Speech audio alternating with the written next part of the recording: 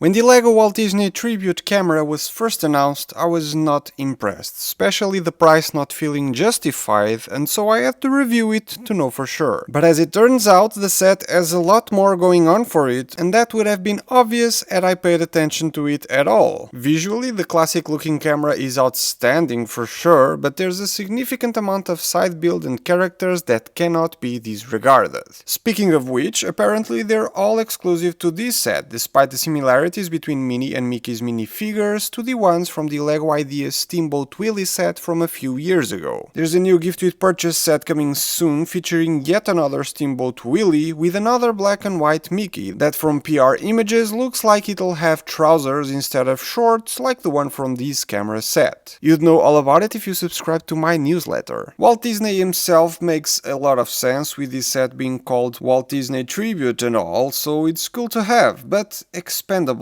in my opinion. On the other hand, we have Bambi and Dumbo, two brand new elements that almost don't even look LEGO, but they are. And extremely complex elements at that, because they're dual molded, meaning two different colored materials were used in the making of these pieces rather than just the one color most LEGO bricks have. It's easier to see underneath where Dumbo has red in him for that thingy around his neck, front and back, while hat and eyes are printed. While with Bambi, on top of the dark orange, there's the light nougat in lots of different surfaces of the piece, with the black color details, eyes and brown top of the head being printed. Kinda weird to see this amount of effort and resources poured into two brand new complex molds that only show up in a single LEGO set, unless there's plans to include them in more products. There's this base of sorts where you can display all of the characters, and clearing it a bit you'll begin to see that this is actually a clapper, though the missing black tiles, if you choose to display it without that extra something in there, make it look a bit weird. On top there's the multi-plane camera replica, a cool piece of Disney history where different parts of a background were hand-drawn in different pieces of glass to create a sense of depth and movement when the camera was shooting.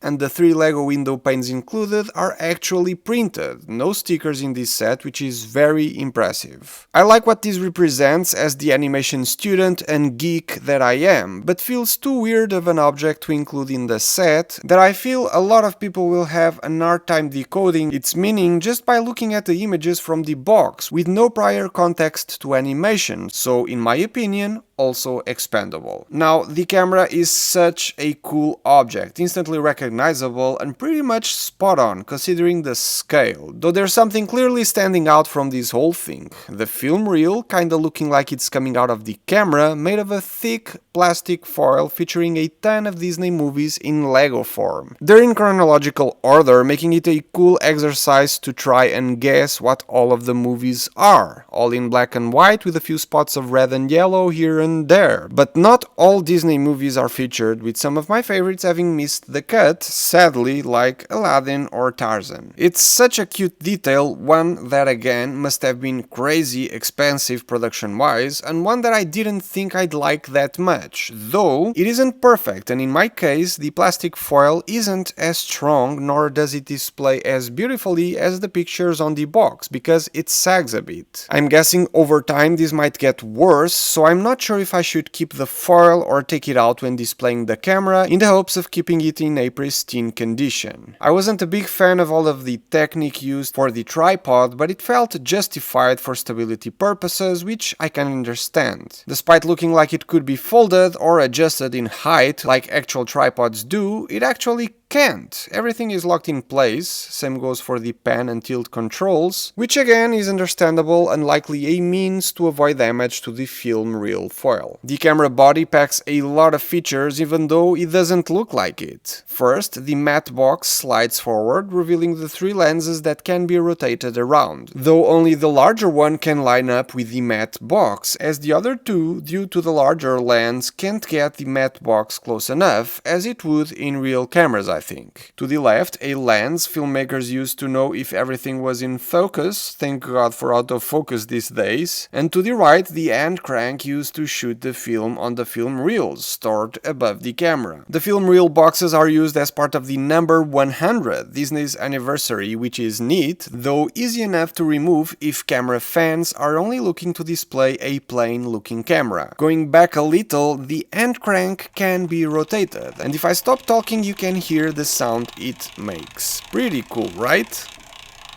First time ever Lego bricks were intentionally used to make sounds as part of the play seems accurate. Now the trick to this sound can be seen by rotating the focusing device and pulling it, revealing a hidden room inside the camera. That's the mystery to the sound right there.